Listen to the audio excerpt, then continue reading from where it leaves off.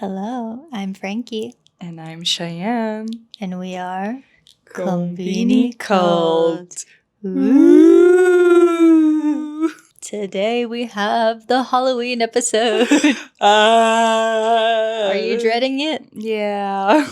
Only because my husband's on a really long work trip this Didn't time that around. happen last year too? I think so. Is it every October? He's like, hey, let me just let me leave you alone. Be scared. Yeah. So he's gone for a few days. So after this episode, I'm just going to, same as last year, lie awake at night and be scared. At least you have some company. Yeah, that's true. I got a baby this year. So who knows? Maybe I just won't sleep at all because she'll cry. But yeah. Yeah. I'm excited. Scared, but excited as usual. Yeah, I'm excited for these ones. This one's a little different, right? Yeah, a little bit different. So last year we did 4 Halloween episodes. Maybe that was too much, but I'm sorry. I love spooky season. I was just excited. We liked it. We had fun. Yeah, go back and check all of those out if you want. This year we're only doing one, but it's going to be a long episode. Yeah. We have a lot of stories. Yes. And then we also did something a little bit differently this time. So we're not only reading the stories. We have some people who either sent us a video sharing their story or we did a video chat with a couple people to get their stories. So different formats, different, storytelling formats as well. So different types of hauntings. Yes. Yeah. So it'll be a fun one. But before we get into the scary stories, there's some kind of current events that I wanted to talk about, but it will circle back to the scary stories. Okay. Sounds good. Did you hear about the Africa Hometown program that they announced in late August? I didn't hear about the program specifically, so I don't know about the details about it, but I do know about the reaction, the backlash, backlash towards it by some Japanese people. Yes. Okay. So to summarize that, so basically in a nutshell, so in late August of this year, 2025, the Africa Hometown project between 4 Japanese cities and 4 partner countries in Africa was announced. It included Tanzania, Mozambique, Ghana, and Nigeria. And there was some mistranslations, misinterpretations on both sides.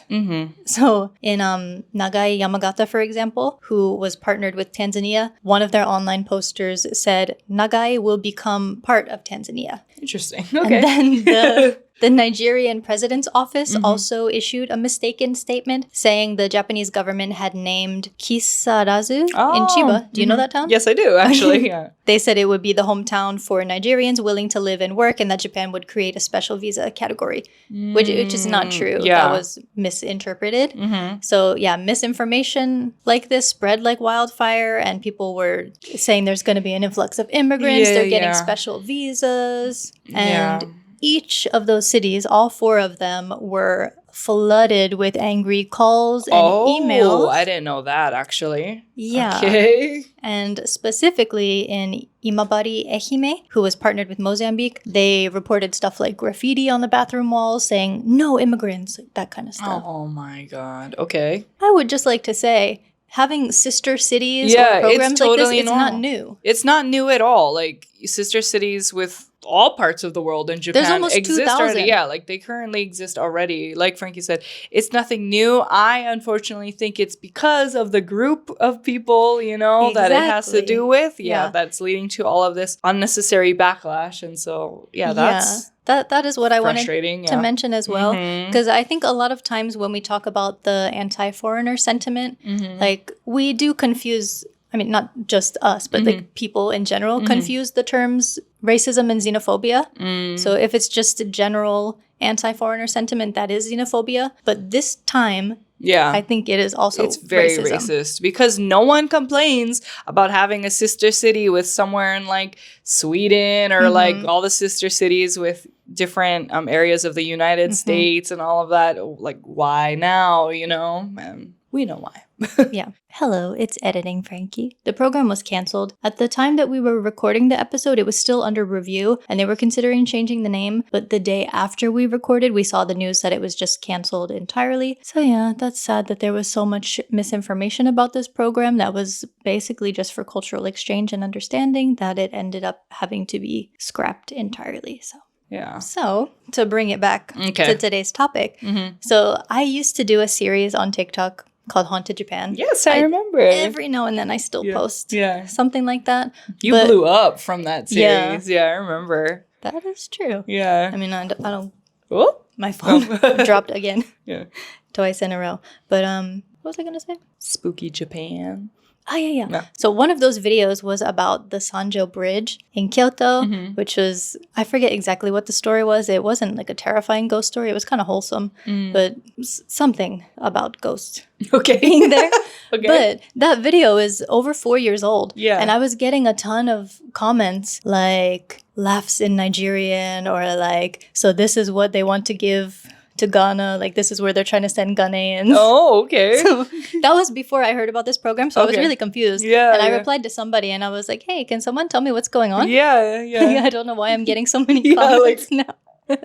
And then, someone mentioned this program, so I looked it up, and I was okay. So Sanjo City, not the Sanjo in Kyoto, actually, but Sanjo was one of the cities that was in the hometown program. Oh, okay. So I think people were just looking up, like, what is Sanjo? Like, what's this place like? And then you see Haunted Japan. So they're like, oh, no. Like, this is what they're trying to partner us with. This haunted place. I see. Yeah.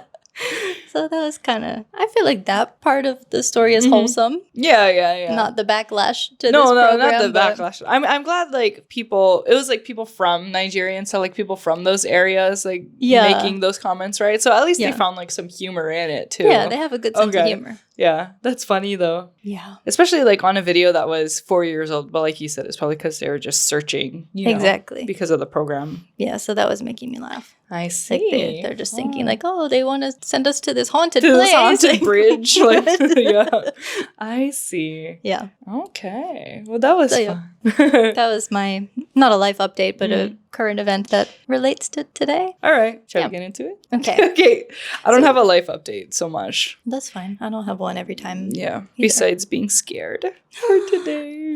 Yeah. So we did get a message on TikTok. Someone wanted to share their story. So do you want to read this or should I read it? I can read it. Okay. And maybe you should read this one because I have a screenshot with another story. I can read this one. Okay, so here's my scary experience in Japan. I was living in Yamagata at the time, and one night I was coming home from work late at night as usual. I worked at an eikaiwa, so my hours were usually 12 to 9, and with Halloween just a week away, things had especially been hectic with all the Halloween event prep. That night, though, I was in a good mood. I had stopped by the supermarket and picked up some new snacks I was excited to try for dinner. I remember walking back to my apartment, carrying the bag in one hand and thinking about nothing more than food and bed. For some reference, my apartment complex had a main entrance where residents would punch in a code to get inside. But the staircase was on the outside of the building, open and visible to anyone standing near the entrance. The complex was in a fairly busy area. As I approached the entrance, something on the third floor staircase caught my eye. At first, I assumed it was just another resident walking down, but the way they moved was strange, slow, too slow, almost like each step was deliberate, heavy, unnatural. I brushed it off. People walk weird sometimes, right? I reached out to punch in my code, and that's when they stopped. Mid-step, the figure froze, then slowly turned their head toward me. I'll never forget what I saw. They were dressed completely in white, a long, flowing dress with a white veil draped over their face. Through the thin fabric, I could just barely make out two dark, hollow eyes staring directly at me. No other features. No mouth, no nose, just those eyes. In that instant, my body reacted before my brain could. A wave of pure, primal terror hit me so hard I almost dropped my groceries. It wasn't logical fear. It was something deeper, like every part of me screaming the same command. Run. Now, you'd think, oh, maybe it was just someone in a costume heading to a Halloween party. That would make sense. Except they didn't move like a person heading anywhere. They just stood there, staring, and then, without breaking eye contact, turned slowly back around and walked back up the stairs. I kept watching, frozen in place, waiting to see them open a door or go into an apartment. But when they reached the third floor, they disappeared. I never saw them enter anywhere. It was like the stairwell swallowed them whole. My heart was pounding so hard I could hear it in my ears. I turned and speed walked straight back to the supermarket, where I ended up calling my manager. By the time they arrived, I was shaking so badly I could hardly explain what happened. Even now, I don't know what I saw that night, or why my gut was screaming that it wasn't safe. Most people I've told the story to just laugh and say it was probably someone in a Halloween costume. But deep down, I know it wasn't that simple. To this day, I still wonder, what did I see? And why did it feel so wrong? Dun, dun, dun. I don't think that was a costume. I don't think that was a costume either. I mean, I don't know how old your building was, but sometimes, in a lot of buildings in Japan are very old, and I wouldn't be surprised if something was just like lurking in the stairs. Like you said, you could just feel it wasn't like a person in a costume. And maybe these days Halloween is a bit more popular, but like it's not that popular in Japan to where people are like in costume going to, like that, just standing in the stairs. Yeah. So I believe you. Yeah. But I mean, you can also tell by the movements. Like they said, the movement was really unnatural. So. Yeah. That one was scary. You were a great. That was very well written. It was very well. I was going to say you're a great storyteller, but it sounds like me talking about myself. I mean, you're a great reader. No. Thank you. You wrote the story very well. It was very, I don't know, I was getting chills kind of reading it too. So thank you for your submission. I hope you never saw that thing ever again. I don't know if you still live in that building. Do you still live there? I don't know. Send us an update, but thank you.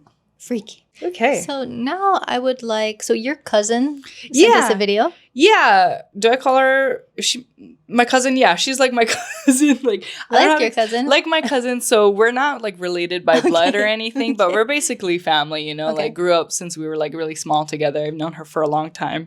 She calls me her aunt because I'm like 10. You're her aunt and she's your cousin? And she's my cousin because I think it makes sense for her because I knew her since she was like 4 or 5, but I was like 14 or 15. So I'm only 10 years older than her. But for her, I'm like this older figure in her life. So I get it. To me, I'm like her auntie. Yeah. But that makes me feel so old. So I'm like, she's my cousin. But she's like my niece cousin. I'll call her. Okay. My family.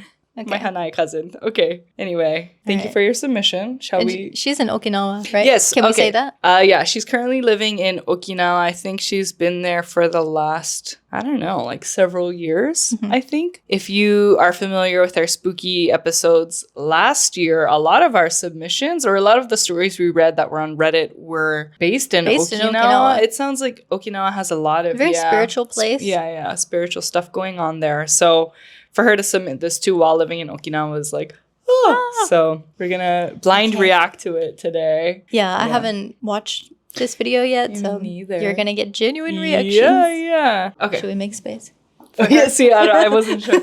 Let's make some space for our guest. So let's watch it. Okay. Sorry, I'm in my car during my break, so this is very not professionally videotaped. But my story about the ghost. Okay, so my boyfriend and I moved into our apartment here in Okinawa 2 years ago, a year ago, around that ish. And this was our very first apartment together. This is all new to us. And before he came in to put in our furniture, I went into the house to cleanse it. I'm just that type of person. So I was cleansing it, and for some reason, the bathroom area, the shower room area was very dark, which would make sense because there's no windows in that whole section. There's these 2 big glass windows near our bed and living room area. And if you know Japanese apartments, it's small, so that's why I think there's that lack of windows. I don't know. But at first I was just like, oh, no windows, it's dark, it makes sense. But I feel rather than the lighting or anything, it was more either mental or spiritual. It was dark, and I was just kind of oh. So I let it be. I didn't bother it. And then once we officially had all our stuff in, we were finally sleeping in our new apartment. Yay! It continued to feel weird, and I was actually I showered, I promise, but I was so uneasy every time I went into the shower. And what's even worse is that there's the sink area, and behind is the shower room. So you're just kind of standing in the middle, doing whatever in the sink. But there's a mirror, And then right behind, if the door is open, the shower room door is open, there's also a mirror. So that's also like, I don't know, it depends on your religion or whatever you believe in, but like 2 mirrors facing each other it's not really good. It doesn't bring in good things. So that was our... Is that like what belief is that? I don't know what belief it specifically is, but I've heard that. You've heard that superstition? Yeah. Is it a superstition? Or is it... Maybe a superstition? I don't know what to call it, yeah. I'm not sure, but that would freak me out. Okay. I mean, it sounds scary. You're just in this, like, unlimited dimension, basically. Okay. You're stuck in, like, the fun house. The void. Okay, I see. Yeah. Just checking. Okay. Sorry. Already, like, the red flag number 1 of the place. I should have noticed. I don't know. But I always close that door, and then we also have another door to close that entire area. So every time I would go to sleep or I would, like, you know, not be in there, I would always close it because I didn't want whatever was in there to come out. And then one night, I was sleeping. Mind you, I can sense spirits. I'm not some, like, psychic or anything, but I can sense when something's like, oh. So I was sleeping. And then for some reason, my eyes opened. I woke. And then I didn't move or anything. And then I felt something next to me. And it wasn't my boyfriend because he's on the other side. He's sleeping, whatever. But this thing next to me is just, I can feel it standing there. And at first I was like, oh, this is probably just a dream. But then I realized I was very much awake. And the thing was, all I heard was, help me. だから it said 助けてください in Japanese, and it was a woman's voice very clearly. And I'm just sitting there like, what? And then I was like, what? No thank you, like, let me go to sleep, like, I don't want to, no thanks. And then so I just kind of sat there and I slowly closed my eyes and I was like, and then the following morning I explained to my boyfriend, like, hey, I heard this voice, did you hear anything? And he was like, no, whatever, you know, he doesn't believe in it. And then I went to work the rest of the day, and in Okinawa we have these psychics or like spiritual people called yutas, and yutas they're all different, but they can see primarily dead people and talk to them, and the rest, some can read the future. It's really interesting if you believe in it. And I have one coworker, I will not mention her name just because, you know, privacy reasons, but she mentioned way before that she was in fact a yuta and she can see like spirits and talk to, you know, dead people. And a lot of people will feel like that's like, you know, that's so fake, but I can 100% like guarantee you that woman, she can see things and she will tell you straight up. And so I mentioned it to her and I was like, hey, I know you're a yuta, I know you can like see things. This happened and I don't have a good vibe about it. What do I do? And she took out a piece of paper during our break. She took out a piece of paper, got a pen, and she's like, oh, this is where your genkan, like your entrance to your doorway is, right? I was like, yeah? And then she's like, oh, this is where the bathroom is, right? I said, yeah? She said, shower room? Yeah. Living room? Yeah. How do you know that? I did not tell her any of it. And she can see it. So she was just sketching it all down. And it was the exact same format as my apartment. She doesn't know where I live. Never talked a word about it. She knows. And she said, yeah, there's something in that shower room. And I was like, really? And she's like, yeah. And she's like, do you want me to come by and cleanse it? And I said, that would be wonderful. Like, you know, anytime it's fine. But she had to do it at a very specific date and time. I don't know if that's like an Okinawan thing where you have to cleanse, you know, certain spirits at certain times. Maybe that's just a tradition. I didn't question it. So that Saturday morning she came, and this had to be done before lunchtime, or else if the time, once again, it's a tradition thing, if the time goes down, that means something. I don't know. But it had to be done before 12, as the sun was, you know, rising and still up. And so she came around 10. The moment she walked in, she like knew where to go, and she went into that shower room, and it's like super dark in there, and she like looked at it and then looked at me, and she's like, okay, like we're gonna cleanse this. And I said, okay. So I sat near my couch, and that couch I can see everything that she's doing. And she grabs her stuff for the cleansing, and she goes into the shower room, and she's just, you know, doing her thing. And then maybe like 5 minutes in, she's like, she holds her neck like this. She's like, ow, stop it. Like, don't do that. Like, you have to go. And she's saying ow, and she's like making this face. So I'm like, oh my gosh, like what is in my house? No, thank you. And then she's, you know, she's saying it, and then finally after like 5 minutes, she's, you know, it's gone. She said it went into the light. She was walking out of the shower room towards the living room and to the big glass pane windows so that it can leave that way. And then I thought it was done. No, she went back in, and this time, mind you, she's a short lady. I'm about 5'5", maybe she's 5'2", 5'1"-ish, and she looks up like this. So that means that thing is taller than the both of us combined. Like that thing, I was gonna say Hashaku-sama. Okay, sorry. Person, whoever it was, is tall, and she looked up at it and she said, "You need to go." And then she looked. You need to leave.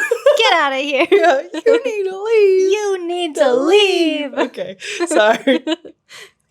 At me towards the couch and said, Alethea, you cannot be scared of her. Like, do not be scared of her. Don't show her any fear. And I'm just sitting there like, I will, because I'm scared. Like, what do you mean?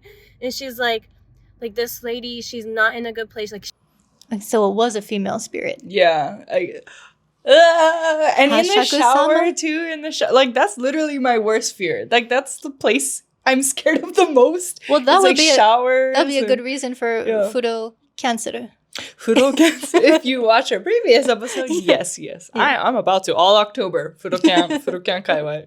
Okay. No shower October. No. Okay. She has to go, and so she cleanses it. She took way longer on whatever this lady was. She was not leaving. She was glued to it. And then after that time frame, she left, and then the whole thing was done. And then you can feel, I felt it was so much lighter. It felt so much better. And it wasn't that, I don't know, it was that sense of like sadness and fear. It was just gone. And then she finished the cleansing around the entire house. And then she showed me how to do it whenever I feel like it. And then we sat on the couch and she told me the story of it was two women, and they're called like floating spirits or floating ghosts. So they weren't always in that one place. They float around to different sections of the apartment and to other people's apartments too. So maybe in general there's just a lot of like, you know, spirits around that area. And she said way before this apartment was built, because it was a rather new apartment, she said that there was a big fire and it had killed a couple of the family members in that house, and it was exactly where, you know, the apartment was. So they couldn't accept the fact that they died, and it wasn't that they were scaring people, but it was that really just heaviness and sadness that was carrying on to the people that were living, which was, you know, I would feel it. It's like a big wave of just emotions that even though when I wasn't sad, it was just whatever else was just bringing it to me. And then, you know, now that it's cleared, it's, you know, they get to go where they needed to go. So essentially, rather than it being scary at that point, it was just more of sadness, I guess. And, you know, knowing the story behind it, it was just, you know, it's unfortunate they were just lost, but they didn't know how to, you know, let go. So yeah, that was the story. But that was the first time I've ever like physically heard, like, I don't want to say an entity, but something like talk to me that wasn't from this like plane or realm, or I don't know. But then after that, you kind of get the sense of like, okay, like this island had a lot of death because of the wars, and a lot of innocent people died, and they just can't go on to the light. They don't know where to go. So yeah, it's really sad. The history here is really sad, but it's about respect. You have to learn to respect, and that goes for any place you go. So yeah, that was my story. Thank you. Thank you for sending that. She's so cute. Yeah. Thank you for telling it so concisely. Yes, too. yeah, that was a good story. Great storyteller. But I mean, it started off really freaky, but then it got sad. Yeah. That's the thing too, right? Sometimes I have to, I guess, reassure myself also, like, for the most part, like, spirits, because I totally believe in, like, spiritual entities and things like that. Most of them, I feel like, aren't there to harm you. Like, she mentioned they're lost, I guess, and they don't really have a place to go, or they're just kind of hanging out, but it's still scary. Like how she said her Yuta friend was like, you have to stand up to her and tell her you're not scared, or like, leave me alone. And she's like, but I am scared. Exactly how I felt. I was like, I can't just tell off this ghost. You need to leave, But that was such a good story. Thank you. And it does make sense.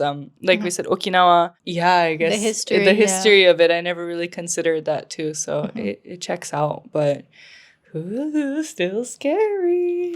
Yeah. Yeah.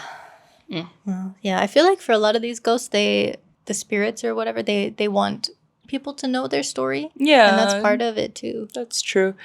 Sometimes. That's like you watch Demon Slayer, you watch Demon Slayer, like Kimetsu no Yaiba, like all the oni, all the demons, they have a past to them, and they all have past. They all have past. A lot of them are tragic. Yeah. Not all of them. Some of them are just evil. Yeah, of course. Most are pretty tragic. The tragic ones, I'm like, oh, okay, You have not a reason to be an oni now, but everyone has a past. So did you see the movie? I did. It was so good. I want to go watch it again. Yeah, I wonder if it's still out, because it is. I do want to see it one more time. Yeah, let's go. Yeah. The first time I went, not exactly opening weekend, like the Tuesday after opening weekend, but it was still crowded. Yeah. And like, I can't be in my feels when there's people all around me, so I couldn't cry like I needed to. I watched it like 2 weeks ago, very recently. Still crowded. It was packed. It was like manseki. Yeah.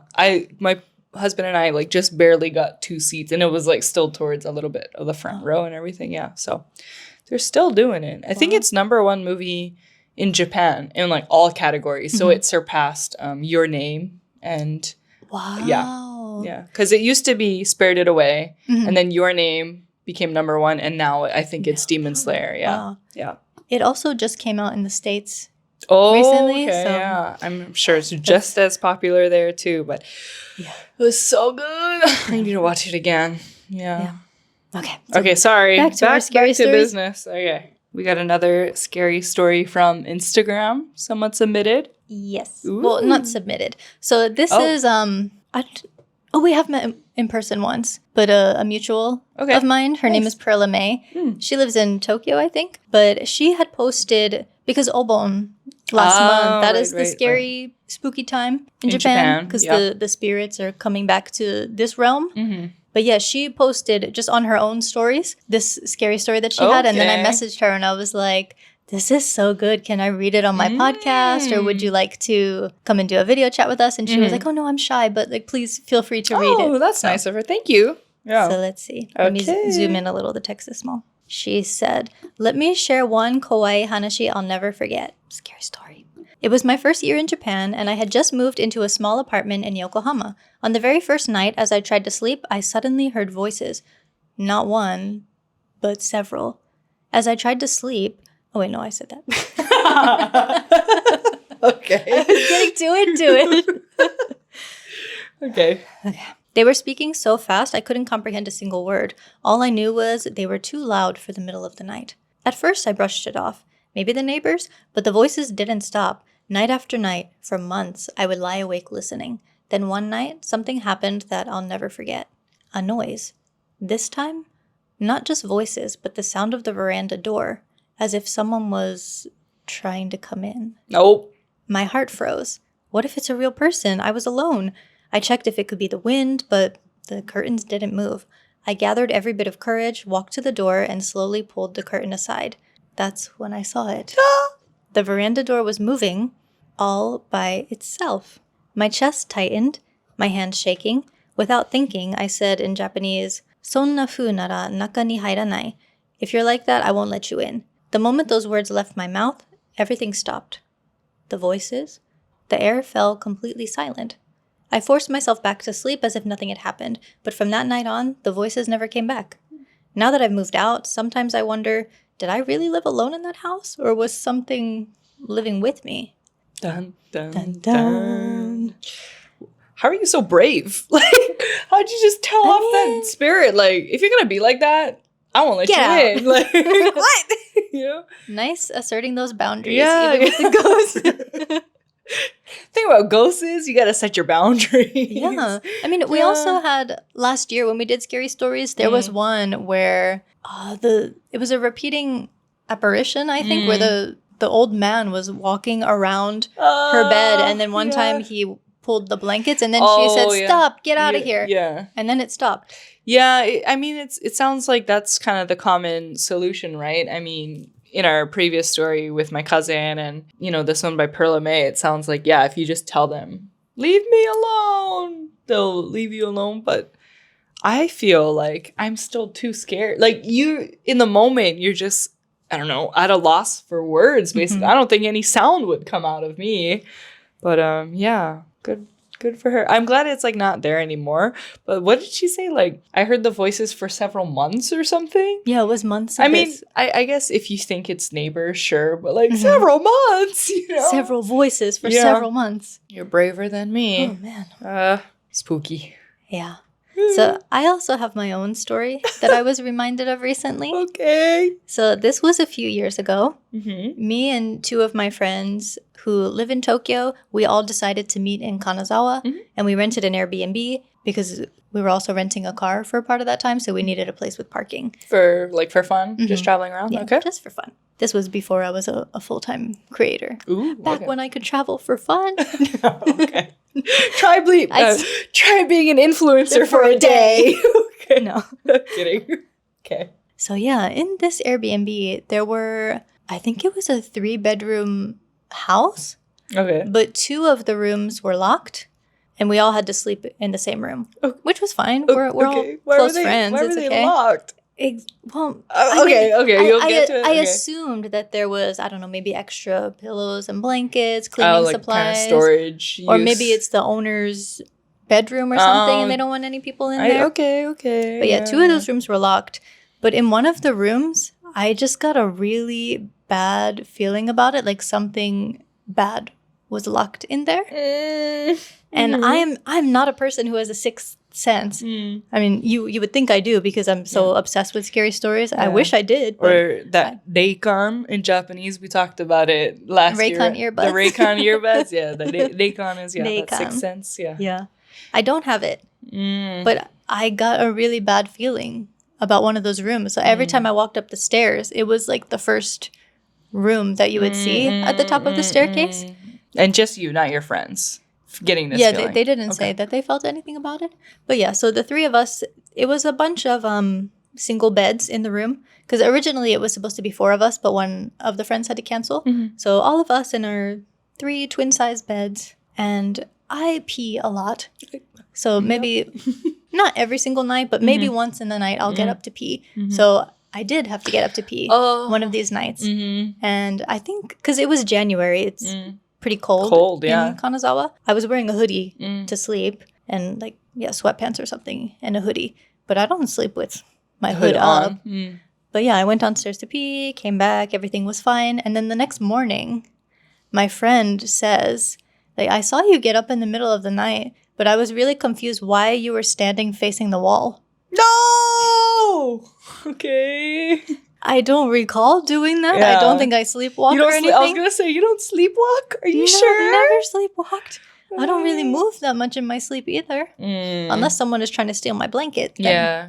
So what was that? Yeah. Was that me? Was that hell something no. else? Uh-huh. Standing. Yeah. Yeah. I mean, she was sleepy too, so she doesn't know exactly how long it was, but she said it was an unnatural amount of time To that just like this stare at the thing wall. in the black hoodie was standing like And was your hoodie against black the wall. too? My hoodie was black. Okay. So I don't know. And then how did you react? Were you like, that wasn't me? Or like, how did that interaction go? You know, were you I also just just said, like, oh. I got up to use the toilet, but I don't think I was lingering. Yeah. That it just freaked me out. That's scary. Yeah. That's all though. And I didn't see anything come out of that room. I didn't hear any sounds. I just had a bad feeling. No, I think like in those situations, sometimes you just gotta trust your gut and like trust your feeling. Yeah, I've stayed in a place somewhere where same, like at night, I just felt something in that room and I can't explain it, but yeah. Okay, well, like I said, I don't think I'll be going to sleep tonight. I might have to, just snuggle Watch next to something my happy. baby. Yeah, Before you sleep. yeah, for real.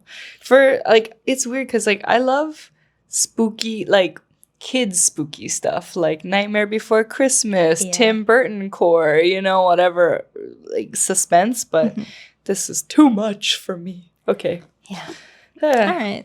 So the last thing, I say the last thing, but these are pretty long stories. So we did 2 video chats. Yeah. So we'll introduce you to the first one. So first we spoke to Tasha, who also lives in Kansai. Woo. So I became mutuals with her on TikTok a few years ago. And she posts, I'm not sure if she posts so much on TikTok anymore, but she is still active on Instagram. But posting like cooking things, using herbs and veggies from her garden. Fun. Love that. Okay. Really nice videos like that. So let's chat with her about her haunted childhood home. Ooh. So just to kind of like give you some background, my family home, or like what we would call my jikka, is in Osaka. It's in a very quiet residential area, a few stations away from Tennoji. This plot of land has been in our family since right after World War II. My great-grandparents were originally living in Manchuria during World War II because my great-grandfather was in the military. And when they learned that Japan was losing the war, they escaped Manchuria. They made their way back to Japan, and they made their way into Osaka, and they bought this land, and they built their home. And back then, this home was probably considered like middle class, like upper middle class style home, very typical Japanese home. And that's the home that they lived in. That's the home that my grandmother and her siblings grew up in. That's the home that my mother and my uncle grew up in. And I grew up there as well, up until I was about maybe kindergarten, first grade. When I was little, my grandfather passed away, and my great-grandfather passed away. And my great-grandmother was in and out of the hospital. And that was when my parents and my grandparents figured, let's all chip in and tear this house down and rebuild it so it's a little more accommodating for more people. And for when my great-grandmother gets out of the hospital, it's a little easier for her to like take baths and go to the bathroom and stuff. They tore the house down, they were rebuilding it. And during the time of the construction, our family lived 2 houses down. So my favorite thing to do at that time was after school, I'd come back home, I'd play outside, and I'd go to the construction site to see like how the house is being built. And I remember one day I went in, and there was always talk about like what the design was going to be like. And during the time of the construction, my parents always told me like, oh, it's going to be really cool that from the first floor, you'll be able to see, like along the staircase, you'll be able to look all the way up to the 3rd floor and see the moon roof. And I thought that was really cool. And I was so excited about that. So I went to the construction site and I looked up, and the house is like still a skeleton at this point. There's no real walls or anything. I look up and I see a person looking down at me from what would be the 3rd floor. So I'm thinking, how cool. Like maybe I can go up to the 3rd floor and see what it looks like. I get really excited. I wave to the construction person. He doesn't wave back. And I'm thinking, how rude, like who doesn't wave back to the child? So I run back to the home that we're renting and I tell my mom, I'm like, the third floor is being built right now. There's a person there and there's a construction guy working on it. Can I go upstairs? And my mom kind of looks at me and she's like, the third floor isn't going to be done for a while because the second floor isn't even done yet. The staircase is just kind of like ladders and like just metal at this point. She's like, you can't go to the third floor. It's not done. I was like, but there's a person there. And she's like, I highly doubt that. And looking back, that was my very first encounter with the unnatural, I guess, or something like a spirit. But I've always been like very sensitive to that kind of stuff. Yeah. But that was probably the first time I've seen something as clearly as I'm looking at you guys right now, to the point where I couldn't even distinguish between whether that was a person or not. And fast forward, the house is built, we all move in. Shortly after, my great-grandmother ends up passing away in the hospital. And my father starts a new job, and we move to New York. So my grandparents are living in that newly built home as well as my uncle. And I don't live in that home for a little while. And then a few years later, my family moves back to Japan from New York, back into that home. So now it's my grandparents living on the second floor, and our family, we're living on the third floor. And the first floor is just like a general family area, like a living room, kitchen, bathroom, and stuff like that. And I get my own room, and the setup of my room is there's like a bright red door, and you open the door, and there's like racks on both sides, and at the very far end is a window. And I had like a bunk bed. I would sleep on the top, and the bottom half was like a little desk and like a bookshelf area. And I had a very high cupboard that would come all the way up to the area that I was sleeping. And I would keep like my alarm clock and stuff like that on there. I had it set up really cute so that it had like a lace kind of curtain that would kind of like go along the sides of the bed. I think I was in middle school. And I don't know if they still do this in middle school in Japan, but Japanese middle schools back then, they had like a test time. So it would be like finals, like chukan testo and stuff. And during this test time, it's like it goes on for a week and there's no classes. So you just go in, take your test, and you go back home. So you end up being home at like 11:30 noon and stuff like that. It was during test week. So I took my test. I came back home. I was tired because I was up all night studying. So I figured, I'll just take a nap and I'll wake back up and then I'll study a little bit before dinner and I'll prepare for my test the following day. So that was what I did. I took a nap. I was kind of in and out of it, and I could feel my bedroom door open a little bit and someone coming in. I thought it was my mom, just kind of like how this thing moved. And I felt someone looking directly into my face, kind of like this, like looking into, like as though they were checking if I was sleeping or not. Again, I thought it was my mom checking to see if I was like taking a nap and probably gonna ask like how my day was and stuff. And then I kind of like fell back into like a deep sleep, and it didn't bother me that much at the time. And then I woke up, and then I go downstairs, and my mom's there in the kitchen. So I'm like, hey, did you come in to my room earlier? And she looks at me. She's like, no, I just got home. And it's like, oh, that's weird. No one else was home at that time. But then when I think about it logically, I'm on a bunk bed. For a person to be able to look into my face, and I had racks all along the side of the wall. So that would mean that that person had to be completely horizontal. Oh. Yeah. That was creepy. And what's really weird about those kind of like encounters is that you don't really get creeped out at the time. It's when you think about it afterwards, it's like, ooh, yeah, that's weird. Sense. Yeah. Like that's really weird. And just weird stuff like that would happen all the time on the third floor, especially. And right around that time, my father was using the room that was across the hallway from mine. And he would get, what is that called? kanashibari, or what is that called in English? I forget. The word, it's like at the tip of my tongue. It's not coming to me. Not night terrors. It's Sleep paralysis. sleep paralysis. Yes, yes, sleep paralysis. That's the word. My father would get sleep paralysis right around that same time, and he would say that he would feel someone coming from my room, walking down the hallway, opening his door, and he slept on a loft in that room. So you would have to go up the ladder to get to where he was sleeping. And he said he could feel someone coming up the ladder one by one and peeking into his loft.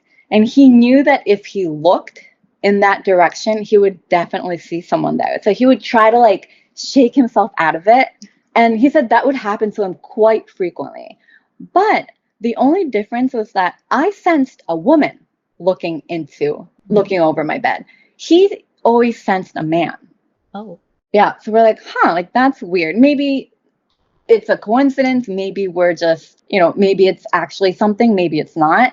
But it happened to him a little bit too frequently for it to be just, something that happens in your sleep. And my father is a music producer. And fast forward a little bit, at this point, I was probably in like high school. There was an up and coming artist, and she grew up in Asia. When she was a child, right around Hanshin Awaji Daishinsai, that huge earthquake that happened, a lot of her neighborhood got wiped out, and a lot of people died in her neighborhood because their houses just collapsed. And she could see spirits like as clearly as she could see like people walking around. And she said right around that time, like she would always see like her neighbors who were dead looking around, just walking around aimlessly looking for their house. And she would come over to our house a lot because we had like a miniature recording studio in our house. And a lot of the times she would spend the night, and she would spend the night in my mom's room. And one night I was sleeping in my room, and that girl was sleeping in my mom's room, and she kind of woke my mom up. And she's like, I don't know how to tell you this, and I don't know if I should even bring this up, but it's getting to the point where I feel like something needs to be done, and I feel like I need to intervene. And my mom is like, what's up? Okay. Yeah. And she says, there's something in Tasha's room, my room. There's something in her room. There's a huge eyeball, but it's a man, but it's in the shape of a huge eye that seems like it's guarding her door. And at that point, like I was a typical teenager, so if I were home, like I'd always be cooped up in my room. Like I would very rarely like leave the door open or anything. Like I'd come home and be like, hey guys, go into my room, shut the door, shut the curtains, and just like be in my own little bubble. Yeah. And she said it feels like whatever is guarding her door is trying to trap her in. Oh. Yeah. And she's like, and I noticed that when she opened her door the other day, there's a woman hanging from the ceiling right around where her curtains are. This girl did not know. I had never told her about the experience that I had from when I was in middle school, from when the person was like looking into me sleeping. And my mom heard this and she got chills, she said. She said she was terrified because it kind of like gave proof almost of the stuff that was happening in our home. Yeah, she said the big eye that's at her door is locking her in, and it's trapping that woman in that room as well. Like it's not letting them leave. My father too, like he would always complain that, God, that thing happened again last night where I could feel like a man was like looking, like trying to come up to my loft. So that must have been whatever was at my door. After that, I stopped sleeping in my room. I was like, I can't do this anymore. Like it's I would too. Yeah. And my mom, she's like, let me try sleeping in there for a night. And she tried. She tried sleeping on my bed. She didn't last like 3 hours. She tried sleeping, and she came back out. She's like, it feels like the whole room is like caving in on me, is what she said. Oh, wow. Yeah. And she said, I used to hear this too, but she would always say, like, it always sounded like there was someone like talking in the other room, like really late at night, like really muffled, but it sounded like a conversation that was happening in the room next door. And it would be like a man and a woman's voice. You can't really make out what they're saying, but it would be like,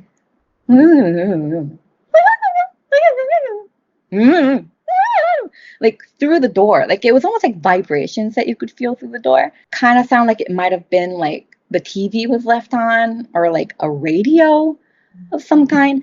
And I would complain. Like I would go to my mom the next day. I'd be like, you guys have to stop like talking in the middle of the night because I can't sleep. And my mom would be like, no one was talking in the middle of the night.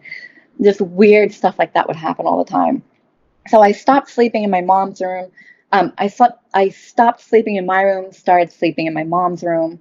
Eventually, I graduated college. I moved to Hawaii, so I haven't lived in that house since. That room has since been turned into a walk-in closet, so nobody uses it anymore.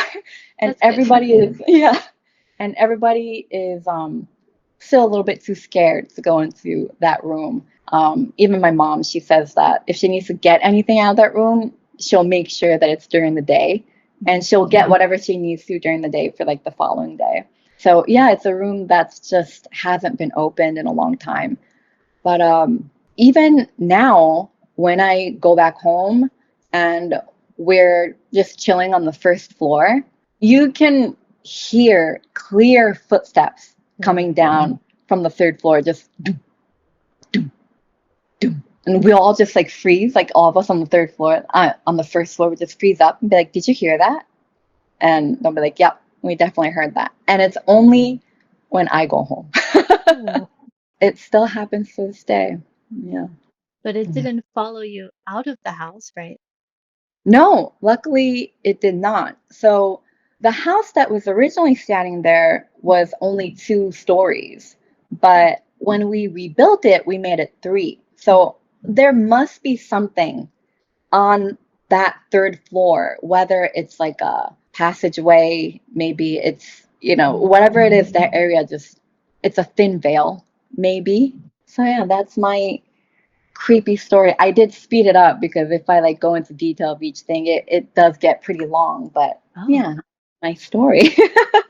Interesting, but also terrifying. So yeah, isn't that creepy? Thank you for sharing that.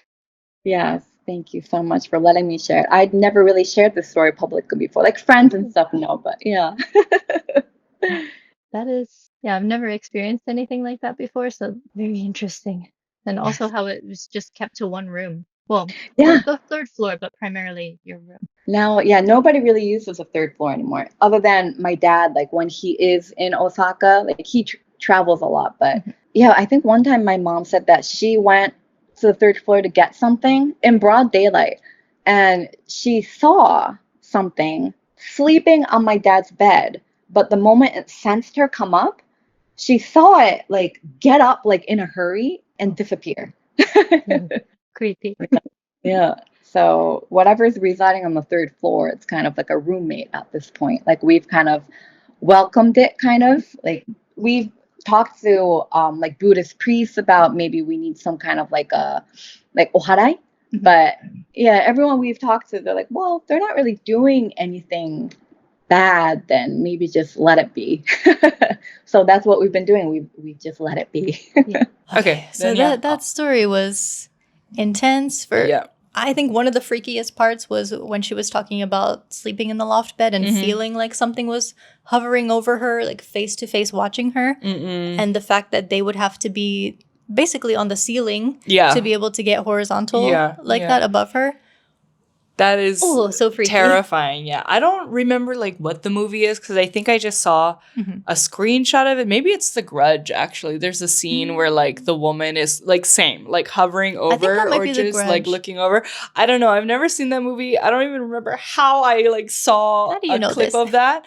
But like since seeing that, besides bathroom stuff, like, you know, having spirit be in the bathroom, that is the scariest thing to me too. Yeah. I'm just so scared to close my eyes at night sometimes. How do you like sleep? Be in bed because all I imagine is that like clip I saw of the woman like being above her. And so the fact that, you know, this happened to Tasha and listening to her explain it in her story was like, okay, that just confirmed every fear that I have, you know, and so that was really terrifying, and yeah, I can't do it. No, I mean, I think we said this in the video chat too, but it's good that it didn't follow her out of the house, but it is basically confined to that room, which her on the parents third use floor. as storage now. Yeah, that's right. Yeah, because she said she moved to like Hawaii and stuff too, or she was like living in other places and nothing happened except only in that house. Yeah. So, but thank you for chatting with us. Story, we'd love to have you back sometime. Yeah, tell me about your veggie garden. Yes. Okay, so now we're gonna chat with my friend Ariel, who goes by Pookie online. Can show her Instagram as well. So she lives in Tohoku, a different area. And she was saying that she doesn't have a sixth sense, but it really sounds like both she and her husband attract a lot of spiritual activity. Yeah, so. And girl, I saw your stories the other day. You said you went ghost hunting. They were ghost hunting the other day. Explain yourself. So yeah, that story was a trip too. I don't know. It was like. You'll see. Or you saw. You will see. You will see. So let's talk to Ariel. Ooh. Blink twice if you need help. Not her being held hostage by a baby. Pretty much. Okay, I believe you have some spooky tales for us. So actually this morning, I forgot to tell Shelby that I was doing this. Yeah. And I was like, wait, I need the house empty at this time. And he was like, oh great, I have a meeting anyway, but why? And I told him, I was like, oh yeah, we're talking about spooky things. And he was like, please, please, please include like our old apartment in it. Is this when you were living in Fukushima? Yes. The one that I contacted you about actually just happened on our anniversary trip last month. And I wouldn't say it's scary, but it's like really, really spiritually like unsettling. That's interesting too. Okay, so do you want me to just jump into it? Or... Yes.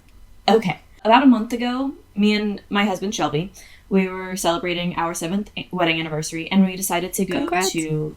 Oh, thank you. We decided to go to the, like, coastal area. We always end up on the coast for anniversaries. And we ended up, he had an itinerary. And he was like, we're going to go to this really awesome shrine that I've been wanting to go to for a while. It's, like, one of the bigger ones. We decided that we were going to go check that out. We saw it on Google Maps. And there was reviews that were, like, pretty new. And they were like, this is really great. It's really peaceful. Kind of, like, out in the middle of nowhere. So we were like, great, let's go. First thing that was a little bit unsettling, we get into the town. And there is no one else.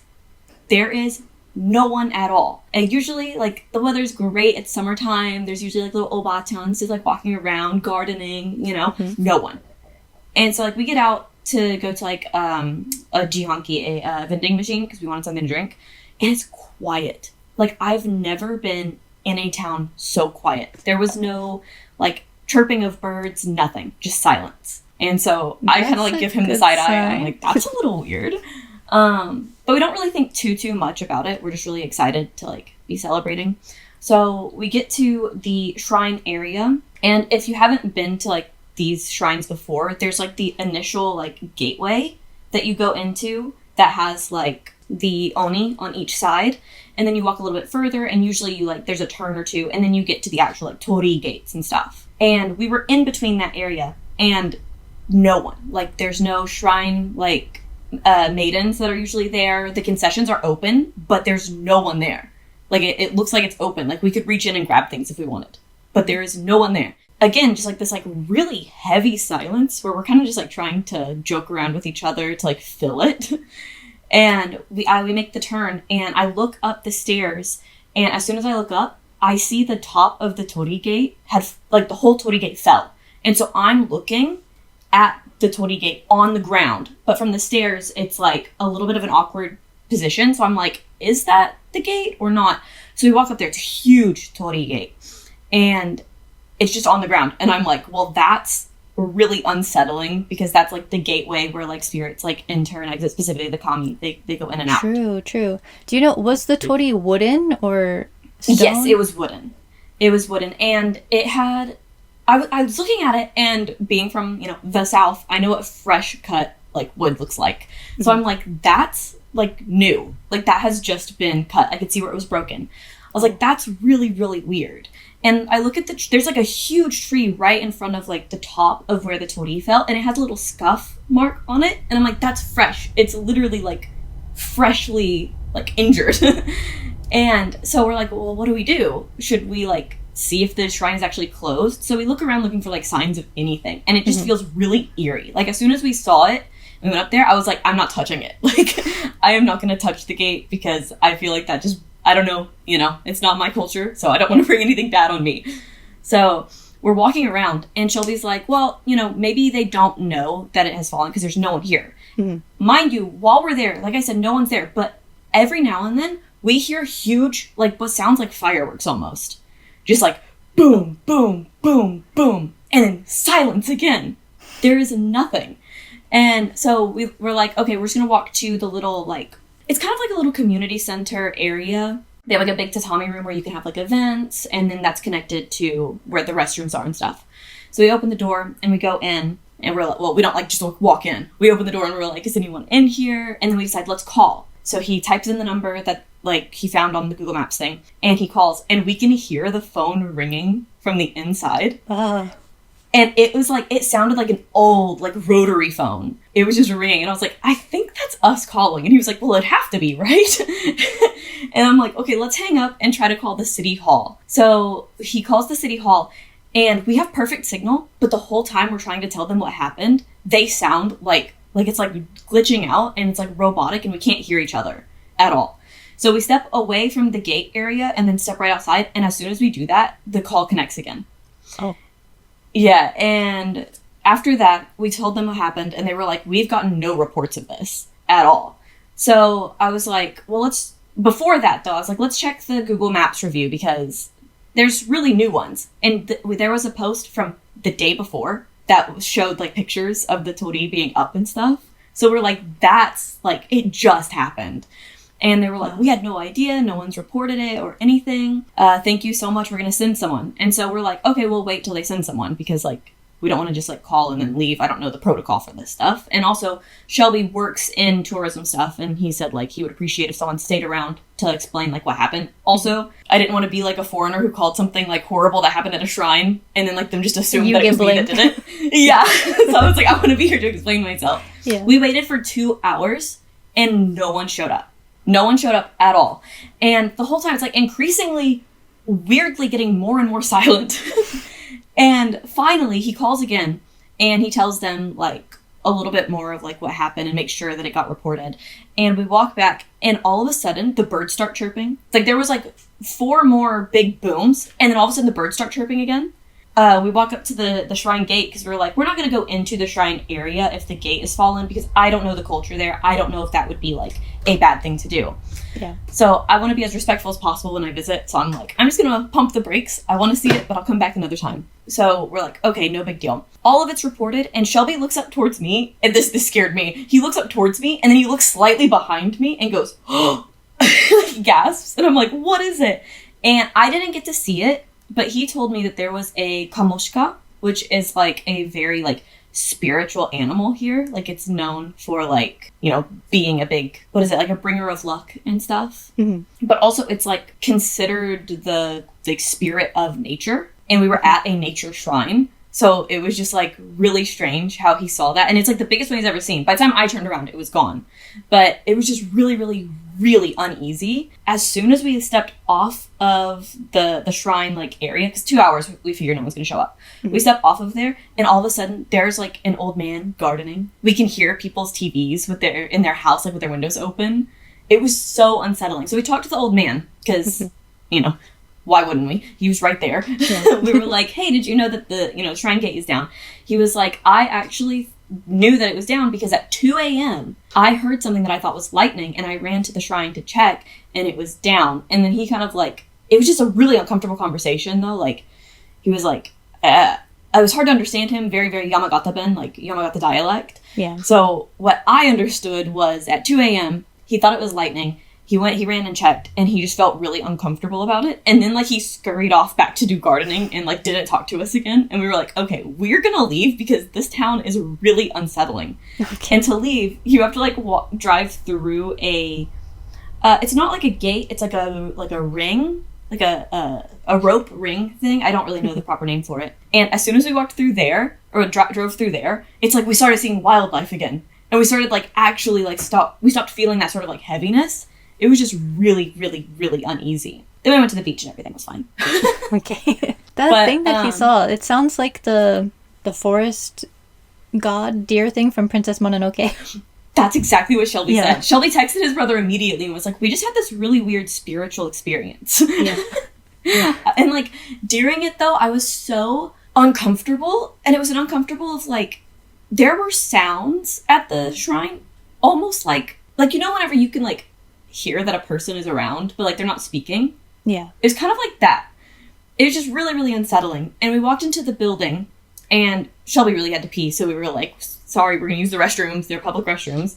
And so he did that, and I'm standing outside. And when I'm standing there, it's just like, there's no sound. In the middle of summer, when there should be, like, cicadas and stuff. And we were just outside on a hike, like, to a little spring in the next town over. And there were so many cicadas. It was hurting our ears. So, like, why is it suddenly just, like, so silent? There's nothing. And then whenever it all ended, it's like he saw the kamoshika, and then we went through the little, like, rope thing, and then there was wildlife back. I'm just saying, there was some bad something going on with the Torii Gate falling, and then, like, all nature being weirded out. Didn't like that. Yeah, that is very unsettling. But also the no sound thing, that's what you hear a lot for, skinwalkers and stuff. That the forest is dead silent. Oh my gosh, you're so right. I didn't even think about... Stop, that makes it so much creepier. Well, at least you're away from there now. Actually, I love that. That is so eerie. The thing is, we were like, well, what if there's, like, a matsuri or something, and that's why no one's here? But yeah, I've never... At least in my time in Japan, going to several matsuri, I've never experienced where a shrine is just like, there's no one on days that there are matsuri. Usually there's people at the shrines. That's, like, what they're there for. And this was, like, the main shrine of the area. So, because, like, we don't just, like, blindly go into a lot of shrines. We kind of like to know what they're about, or, like, know if they're still active. Yeah. He knew that it was, like, active. There were literally reviews from the day before. And the Torii Gate was up. And then the lady on the phone was like, yeah, we didn't know that this happened. Yet the old man was like, yeah, we knew. And, like... He didn't tell anybody? Yeah, I'm like... He's, like, I think he said that he may have reported it. But it's like, if you reported it, I'm sure the lady would have been like, oh, yeah, sorry. Like, that happened. Yeah. We're working on it. Yeah. Mm-hmm. But she was like, oh, my gosh, I had no idea. Thank you. We're going to send people immediately. Like, she sounded really concerned whenever we were actually able to hear her. It was so, so unsettling. And it wasn't a creepy thing where it's like, you go into a haunted house or an old house and you expect things to be creepy. Like, I'm going to a shrine for peaceful, fun, happy time. Yeah. Like, I'm going to, like, get, like, peace of mind and whatnot. So I expected it to be, like, a tranquil experience. And then it's just, like, I'm trying to be as calm and, like, peaceful as possible. Because there was really nothing to be, like, scared of in a situation like that. It was just an experience I've never had, and one that just really stuck with me. It's so strange. It just seems like these experiences find you. You've had so many of these creepy, unsettling... It's not me. It is my Shelby? husband. It's Shelby. Oh my god, I swear that man is haunted. The amount of insanely creepy things that he has happen to him just on the regular, and he's just like, oh yeah, that just happens. But yeah, that's like the newest thing that has happened to us. Mm-hmm. Whenever we were moving into this apartment, our upstairs neighbor moved about 2 weeks after we moved in. And after they moved out, like there was a cleaning team that came in, you know, it was kind of like, not necessarily loud, but just like we heard movement and stuff. But then like it was empty for 3 months, maybe 4 months. And in that time we kept hearing like banging and stuff going on up there. And I was just like, I'm not going to get involved. My fear wasn't anything like paranormal. I'm like, there is someone living up there and it's not my business. One thing I'm not going to do is get involved in anyone else's business because I don't want to end up dead. Yeah, fair enough. But yeah, Shelby wanted me to add a couple of things that has happened, and that it is significantly more paranormal and creepy. And we lived with it we were there for 4 years. Yeah. And he had stuff that happened to him while he was alone, whenever he first moved there, and then stuff while we were together. So in 2017 he moved there. 2018 I joined. So that's where my story starts. It's like one of those really old apartments where you can kind of hear your neighbors a little too easily. Like their alarm clocks were waking us up, and like every time that our like upstairs neighbor would go to the bathroom, we knew exactly where they were in their apartment. We knew exactly where they were. We'd stand right under them. Those apartments are very common. It was like really old. It wasn't dirty or anything like that. It was like really kept up with really well. But it was just such a heavy atmosphere. That whole town had a very heavy atmosphere. I think I've talked to you about that before, actually. Like on TikTok, when we used to message on TikTok. Mm-hmm. And the one event that really solidified that like something is not right here is we were playing Uno in our bedroom. And you know, Japan has like the sliding windows mostly. Like they don't open like up and down, they open like left to right. We had one of those big ones in our bedroom. And we're just playing, and we hear like, I don't know how to explain it. It's like kind of like whispering, but like where you can't really figure out where it's coming from. So you're like, oh, it's probably like the pipes, or like our neighbors are probably having a discussion or something like that. So you like talk yourself out of thinking it's anything weird. And we're both just kind of like, I'm unsettled, but I'm not like creeped out. Mm-hmm. But then the window starts shaking. And we think there's an earthquake, because it's Fukushima. There's earthquakes all the time. We got earthquakes all the time there. And so we're like, oh my gosh, there's an earthquake? And it just keeps going. And it's one singular window pane. We're like, what is happening right now? It just keeps shaking. And it's like, it started out really low, where it's like, okay, an earthquake's coming. And then it's like, bum, bum, bum, bum, bum, bum, bum. Like, it sounds like someone is like banging on the window. And I'm like, don't open that window. Like, if it's a person, I don't want them in. Yeah, exactly. Like, if it's a person, I don't want them in. If it's spiritual, I don't want it in. So just leave it how it is. So we're like, we're not going to mess with it. So we're trying to ignore it, because we both, like you said earlier, we've had a lot of like paranormal weird experiences. We're both very much like, I didn't hear anything. I didn't see anything. So we try to ignore it more and more, and it is not stopping at all. And it's like, bang, bang, bang, like really hard. And so Shelby puts his hand like on the glass, which I told him not to do, because I'm like, I don't know, I don't want to welcome it in even by touching it. But he puts his hand like on it, and he's like, it's actually like, it feels like someone's like hitting it. And clearly like no one's hitting it. And he's like, well, how do we stop it? And I'm like, I don't know, I think you're haunted. And as soon as I said that, silence, it stops. And I'm just like, I was like, there's something unsettling here. There's something really strange. From that point is whenever a lot of activity started to get, I don't know if intensified. Intensified sounds dramatic, but it got, intensified, you could say. Yeah.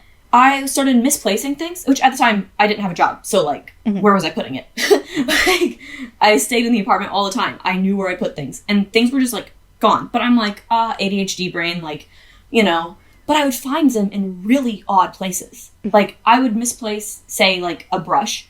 I would find it packed in a box. Like, there's no way that I could have done that, like, without thinking about it or, like, remembering it somehow. So I start becoming worried that maybe there's, like, a gas leak in the building. I am like, this is not great. There might be a gas leak. And, Shelby, like, checks all that, whatever. Seems fine. We seem fine. We have a detector. It's not going off. So we're like, I guess it's okay. But I start having vivid nightmares. And not just nightmares. I'm having sleep paralysis. Which, like, I'm a sleepwalker. But sleep paralysis was totally new to me. I sleepwalk very regularly. But sleep paralysis, never been there, didn't know her. And here she is. So, I've never had that, but it sounds scary. It's really intense. And, like, it started out whenever I would get the alert for earthquakes. If I was sleeping, I couldn't wake myself up. Oh. So, like, I could hear the earthquake alarm going off, and I couldn't get myself to move at all. And then it just, like, it got worse, and it got, like, I was starting to get, like, how they say, like, sleep paralysis demon. Yeah. But, Did you see the Hat Man? I became very acquainted with the Hat Man. He's pretty chill. His cousins, however, are not. But, like, I was also having vivid nightmares. And let me tell you, they have changed my entire life. Like, I can't dream the same. Like, whenever you're younger, you're like, your dreams, you don't think too much of them. Like, whenever you see a person in your dream, it looks like that person, right? In my dreams, it was like, suddenly I became aware that I was dreaming. And if I looked too closely at the person's face, it wasn't their face anymore. And it would, like, slowly, like, morph into, like, this, like, demon thing. Oh. And then I would get stuck into sleep paralysis. So it's like, it was kind of connected like that. And to this day, if I'm dreaming about someone that I know, and I look at their face, my brain goes, "You're dreaming," and it wakes up, and that, like, whatever I'm dreaming of lunges at me. It attacks me. Oh. So that's when that started. And I'm seeing things out of the corner of my eyes. I swear, I'm going crazy at this point. Like, I'm home all the time. At this point, I had 2 birds, and, like, they were reacting to the things that I thought was just in my head. And I kept telling myself, no, they're not. It's just in my head. But, like, the closet door would be closed. I'd walk in, it's open. And I didn't know, I'm like, again, ADHD brain, whatever. But then I started seeing things out of the corner of my eyes, and then not out of the corner of my eyes. I started just seeing things. Like what? Nothing intense that's like, you're gonna scream if you saw it. But just enough to be like, I want to go outside now. I don't want to be in this building anymore. I started seeing, like, shadow things. Shadows. And shadows started becoming incorrect. So, like, there's a normal shadow that just looks like a normal shadow, and there's one that's, like, slightly too dark. Oh. And it's like, that's not how that's supposed to be, like, at all. And then it would just, like, as soon as I realized that's not how it was supposed to be, it would just, like, turn into regular shadow. And I'm like, that's not okay. Like, that's absolutely not okay.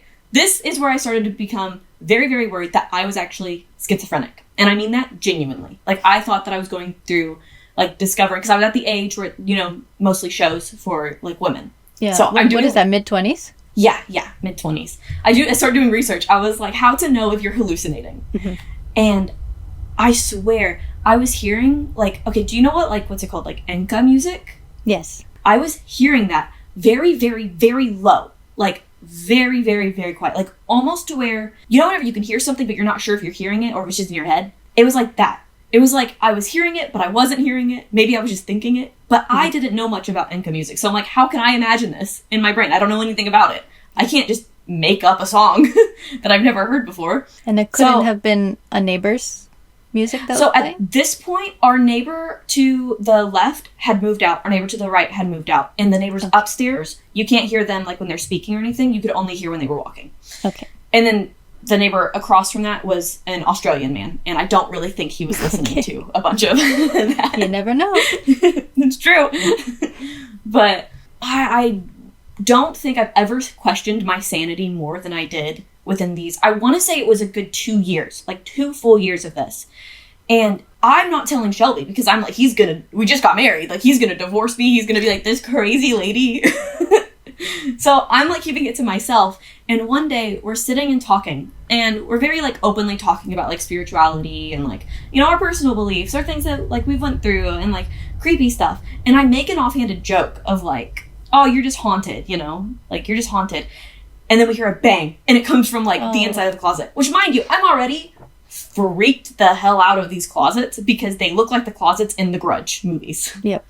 Like, they're, like, exactly the same. And I am so scared of these closets because that's one of my favorite movies. So I'm like, those closets, cursed already. So I'm just like, I don't know what I'm going to do about you being haunted. We're trying to joke it off, I don't want to do about you being haunted. And so his dad's deceased. So I'm like, what if it's, like, your dad and your aunt? And then, like, we hear knocking again. And I'm like, there's no way that's not directly towards us.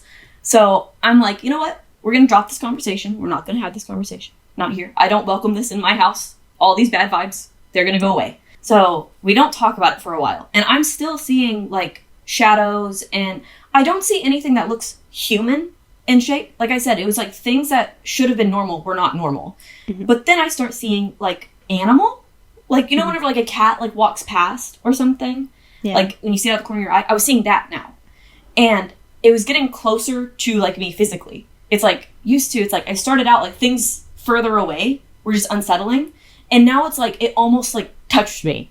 It's like I could feel it, not physically, like I could feel it like in my like soul, I guess you could say. I was so unsettled, but again, gaslighting myself. Like, I am gaslight queen when it comes to myself. So I was like, no, you're having a hard time dealing with like going from being in America to being in Japan. Like, even though it's been a couple years now, you're just having a hard time. So I try to go out a little bit more. Like, I'm going to karaoke with friends and stuff. And I start to see things that are unsettling. Like, I'm seeing people just standing in the distance. Like shadow figure people. Which, mind you, I have seen, like, shadow figures in my life before. But it's like, I could just look at them and I'm like, there's no way that's a real person. Like, at all. That's not a real person. And I would just kind of, like, watch. And they didn't move. They never moved. They were just standing in the distance watching. And I'm like, I'm not going to mess with it. So I'm just going to not say anything. I'm not going to deal with anything. Yeah. Wow, I really am avoiding a lot in my life, I'm realizing today. So but I don't. This is outside of the apartment? This is outside of the apartment now. So it's like, it got to a point where it's like everything in the apartment, it started out being weird, and then it gets closer to me. And as soon as it gets closer to me, I'm noticing this outside. Oh. So when I go to places that are, I want to say like spiritually charged, I guess you could say. Mm-hmm. So like being in Fukushima, there's a lot of places that are like really emotionally charged or like, you know, have a lot of like trauma that goes along with it. And that is where I mostly felt that feeling. And it's like, then I would notice something that wasn't right. So it's like, I would get this feeling, almost like the feeling of you're being watched, but not quite. And I would look around and it's like, there was always one thing that was just out of place. It was just wrong. And that started happening. It started happening more frequently. Like I said, whenever I go to karaoke with friends and stuff, never brought it up to anyone. Eventually, we are packing up the apartment. We're like, we're leaving. Like, we're going to do new things. Yeah, for real. I'm like, we're going to new things. And, you know, we get everything packed up. It took us about a month to pack everything because we were doing it slowly. This whole month, I'm having weird dreams of the apartment itself. And in these dreams, there is a woman and it's like, it's not me, but I'm like the perspective of her.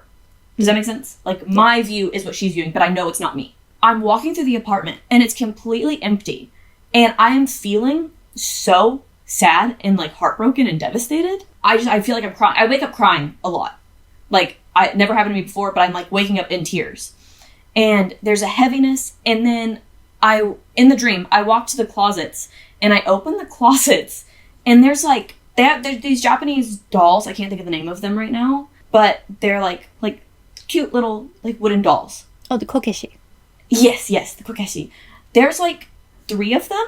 I can't remember exactly if it was, like, a big one and 2 little ones or 2 big ones and a little one. I don't know. But there was 3. And I woke up, and then the next night, it's like it picked up where it was. Mm-hmm. And as we got closer and closer, it was a reoccurring. It was just over and over again. I was walking through the empty apartment. I would open the closet. There were the dolls. That's it. Nothing really, like, crazy or wild. And then, as we get closer to the date of moving, it's like, I want to say a week away now, so we kind of don't have a bed, we don't have a lot of the regular things. And the dream changes suddenly. And I'm walking around the apartment, and the apartment is full. It's cluttered. It's kind of gross. Like, there's, like, stuff everywhere. And when I open the closet, there's 3 people looking at me. But, like, they're like people, but they're, like, not people. Like, that sounds so weird. It's like they're people, but they look unnatural. It's like the uncanny valley. Mm-hmm. And they're like crushed, like pushed in the like closet all together, and they're just looking up at me. And like that's where I would stop dreaming. And I want to say it was the day before the last day we had there. I'm walking in the dream. I'm walking through the apartment again. The apartment is on fire. And I'm walking through and I open it and the 3 people are corpses. And I'm just like, what is happening? I feel like I'm going insane. And then we moved, and I have never had a dream like that again. I never even have dreamt about that place again. I don't know how you were able to fall asleep at all. I would be so scared to sleep. I'm a sleepy girl, man. There's nothing about me. I'm gonna be sleeping. Shelby's experience was a little bit different because a lot of the stuff that I experienced was like internal. Like I thought I was going crazy. Yeah. But then we move and he informs me. He's like, oh yeah. So there was a lot of weird stuff happening all the time. He's like, yeah, like the curtains, I'd see them like move. Like if someone put their hand through it. Mind you, we did have a dog towards the end. So like, you know, and he wasn't much of a barker. He is now, but he wasn't at the time. He didn't bark at things. So like he didn't react to it that much. So it was a lot easier for me to be like, oh no, that was in my head. Or, oh, it was just the dog. But Shelby was like, no, it wasn't. Like I saw it too. I saw the things that you were talking about. Like I saw like things that were strange or weird or uncomfortable. And he said that he also had some weird dreams. He doesn't really talk about his dreams a lot because a lot of his are really graphic and gory. So he doesn't really talk about it a lot, like kind of low-key traumatic, I guess. But, so I haven't asked. I don't want to, you know, open up something. But that was really, really uncomfortable. And there was a time in the apartment that I was like, should we get a Ouija board? And then I was like, absolutely not. No. We should not. I told Shelby, I was like, maybe if someone else bought a Ouija board and we were at their house, it'd be one thing, but not in my own house. I'm not bringing that here. No. I really thought I was going crazy. Like, I thought this was all in my mind. And like I said, there wasn't anything that was super tangible. Like, there wasn't, like, I wasn't taking a whole bunch of videos and getting things. Actually, oh my gosh, I don't have it anymore. There was a photo. I took a photo of me and my dog. We had just gotten him, a little puppy. And in the closet, it looks like... There's 3 people? Nothing too bad. Like, it looks like a hand. Like, the closet's open about, like, this much, okay? And it looks like a hand is on the shelf that's in there. I remember being like, nope, hate that, delete. Like, it's gone. I don't claim this energy. Little do you know, you don't have to actually claim it for it to torture you. So, yeah. True. It will still find you. It will. And I don't know the story of the apartment building or anything like that. I don't know at all. But the dreams that I got were so realistic that I was having a hard time knowing when I was waking up. Like, I was like, wait, which one's real? Like, is it real when I'm there or is it real when I'm here? And yeah, as soon as we moved, that's when Shelby's like, I was having the same experiences. I'm like, where were you? I was like, I thought I was going insane. But that was that apartment, and that was no good. After we moved, that really ended a lot of the creepy stuff. By the way that I sound, I don't even sound like I'm a skeptic, but I am a skeptic whenever it's like anything that's like paranormal and stuff like that. I'm like, I want to believe it, I do, but it's like, there's a logical reason for these things. But like, it got in my head. It made me go absolutely crazy. I think it was only going to get worse, like the longer I stayed, because I was spiraling. It probably doesn't help that I was actually going through like a really deep depression at the time too. So like that absolutely added to it. I mean, whenever I was having these dreams about like the closet and the apartment, I'd never seen the apartment in a state that it was in. And then like we're talking to the landlords, which small towns, you kind of get to know your landlords, and they're talking about like when they re-wallpapered it and they describe like the wallpaper, and I'm like, no. Like, that's the same thing I saw in my dream. Like, you're lying. There's no way this is not just a big prank on me. But that was really unsettling, and really, it took a really big toll on my mental health more than anything, honestly. Like, yeah, I'm sure. 2 years of that. Yeah. Well, actually, it turned out to be 3 years. Oh my gosh. Yeah. So, like, there was some stuff that like I said, like, I left out quite a bit of, like, more personal things for Shelby's sake. But, like, I was seeing things were moving. There was, like, an undeniable like feeling of just like heaviness, because people that would come over would also feel it. Like, I had friends that would like come hang out with us, and they were like, your apartment's really creepy, I don't like being here. And like, they didn't like to, like, if we were watching movies or playing games, they were like, can we leave the lights on? Like, our doors between the kitchen and the living room were glass. It was like, it looks like the shoji, is that what it's called? It looks like that, but it's like glass. And the bottom half is like opaque glass, and the top is perfectly clear glass. I would see things constantly, like shadows walking across it. And Shelby was like, we should rearrange the living room. So I rearranged it, and I put the couch where it like faced away from it. And I was watching TV, and even through the TV, like the reflection of the TV, I saw the stuff going behind me. And I was like, nope, I'm moving it back. I'm not doing it. I felt so sick to my stomach when all of that would happen. Ugh, I feel so bad because this is such a scattered way of saying it. I feel like I am not doing I'm not doing it justice, because it was intense. And also, scatterbrained. So, it was probably the window shaking, and then everything, like, progressing from there. Like, we didn't put it really together until we moved. Like I said, like, Shelby kind of kept to himself. I kept all the things I was experiencing to myself. So after we moved, we were like, so you got that too? It was like the Spider-Man meme. We were pointing at each other. So it was very uncomfortable. We got moved. We got to the new house. New house was peaceful. Super nice. And now we really only have experiences whenever we go to, like, really, really spiritual places. So, like, the one that we went to recently. I don't hang around old apartments anymore because they freak me out. But the absolute scariest thing that I have experienced since then. That wasn't it. That wasn't it. Okay, we're back on a trip for our anniversary 2 years ago. I'm sorry. We went to, oddly enough, this always happens at Michinoeki. We went to a Michinoeki, but it was also like the actual like eki, like it was like the actual station. And we parked there. We're in Niigata. Here's the little station, the highway, some old buildings, and then the ocean. So beautiful view, beautiful place to sleep. So we're sleeping. I have sleep paralysis again for the first time since moving out of that apartment. And at this point, it had been 2 years. Yeah, 2 years since we had moved out of that apartment. So, like, it just suddenly happened. It was about the building across the street. Never been there before, so I don't know if the inside looks anything like what it looked like in my dream. But I did not see it before going to bed because we arrived at night. So I had no idea what the building across the street looked like. We get there, we park, we're facing away from it. So, like, I can't, like, see the building whatsoever. And I sleep, and I have this crazy, weird nightmare. And then, whenever I wake up, I don't know, I'm sure it's just, like, sleep paralysis, but, like, I am hearing whispering going all around the car, and I'm hearing someone walk around the car.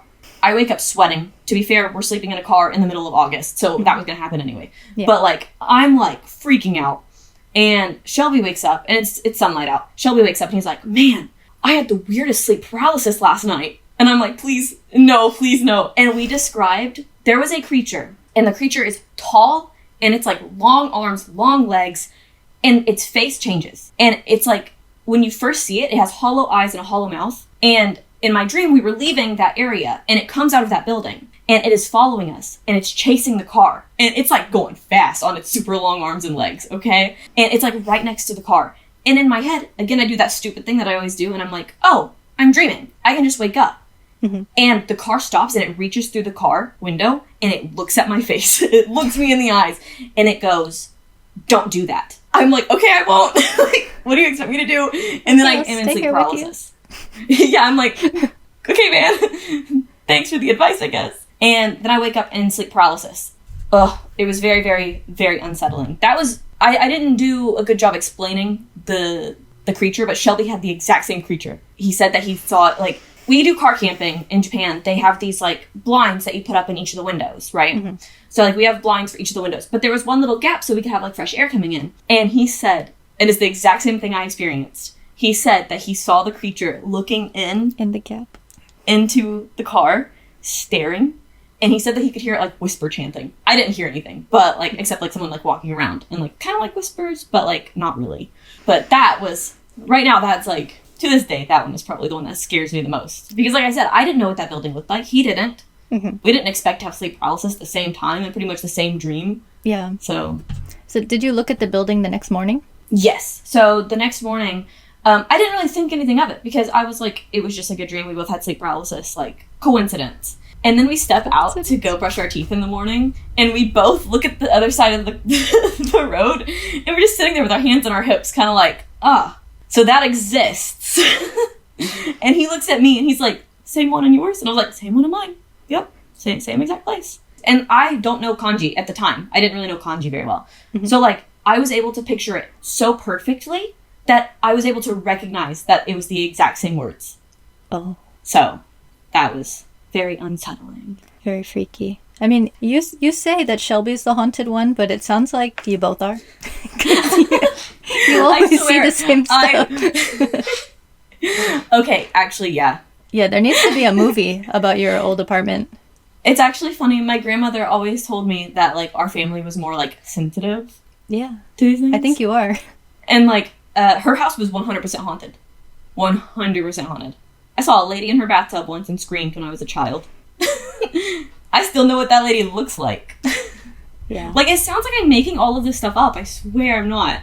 Me and Shelby will talk about it, and I'm like, there's no way that I can actually, like, for one, it's really hard to express because a lot of it is like internal. A lot of it's like feeling, because I don't immediately think to get my phone out and take pictures of things. Like, it's not my first instinct. My first instinct is, oh my God, what the hell? Yeah. Panic. So, yeah. So I'm like, I want to get out, not I want to stay and take pictures. A lot of it is just like feeling and trying to convey that feeling, but it's really difficult to do. And I'm not the best speaker, and I'm not the best storyteller, so it can be really difficult. You're pretty good at it. I'm a yapper. That's one thing I got going for me. Yeah, certified yapper. So it's like, it's really hard to like convey all of the things because it's like, I don't have pictures of it. I don't have like videos. I don't have like voice memos where you can hear the like creepy stuff that was going on. Yeah. I don't have any of that. You just gotta take my word for it. Any final words for the people? For the people. If you see a shrine and there is something very clearly off about that shrine, try not to go in. I just feel like there's bad vibes there. Yeah. Just don't. I just feel like there's bad vibes in there. I saw it firsthand, and let me tell you, it didn't feel great. Fair enough. Feels like a warning. Yeah. Listen to those warnings. Thank you for listening to my tales of horror. Thanks, Ariel. Now we're back. That was Ariel reporting from Tohoku, and we're back in the studio in Osaka. Yes. How was that story, Frankie? Scary. I didn't expect her to tell so many stories. Yeah, she had a lot. But they were all crazy. And I feel like she has even more than that. Yeah. So she's got to come back. Yeah, please, part 2 or next year. I don't know, but I mean, it could be any time. I just wanted to make sure that one was definitely for October. Yeah, I'm sure there's like spiritual stuff happening everywhere, but I don't know why I feel it more in Japan. And I don't know if this was just because of what am I trying to say? Like the main people in my circle when I was living in Hawaii, maybe no one was as vocal about like paranormal stuff, or maybe no one had that reikan sense, but I feel like I experience it a lot more. Yeah. In Japan, everyone has a story about encountering something very spiritual here. But to be fair, Hawaii too, we're very, we believe in a lot of like ghosts and spirits and cleansing the house and all of that. Yeah, superstitions. And, but more so in Japan, I've felt things, I think. Yeah. Yeah. I mean, also with one of the stories that she told with the dreams that she was having that got more elaborate, and then she saw the burned bodies in the closet. That also felt like the spirit was trying to share their story too. Yeah, that's true. I think, me personally, I guess I just have to change my perspective on spirits to make it less scary, because I don't know, I'm just so scared. Like, truly. Yeah, but thank you all for your wonderful stories and sharing them with us. Let us know how you like this format. Instead of the style we did last year, how we had something every week versus this time, it was like kind of one episode. long big episode. Yeah. I liked them both. I don't know. I think I liked hearing about the different, what do you call them?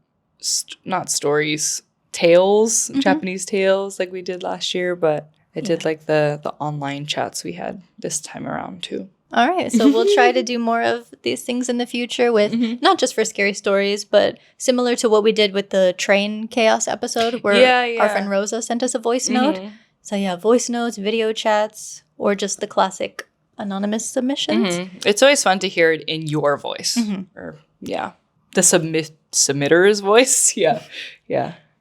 So, all right. Okay. Thank you for listening, watching. Stay tuned for the next one. Yeah, it's not going to be happy. Oh, yeah, it's not spooky, but it's not good. Oh, it's spooky in a different way. It's kind of spooky, but not spiritual. Scary in a different way. Yeah. All right. See ya. All right. Hope you can sleep tonight. I won't. Bye. Ooh.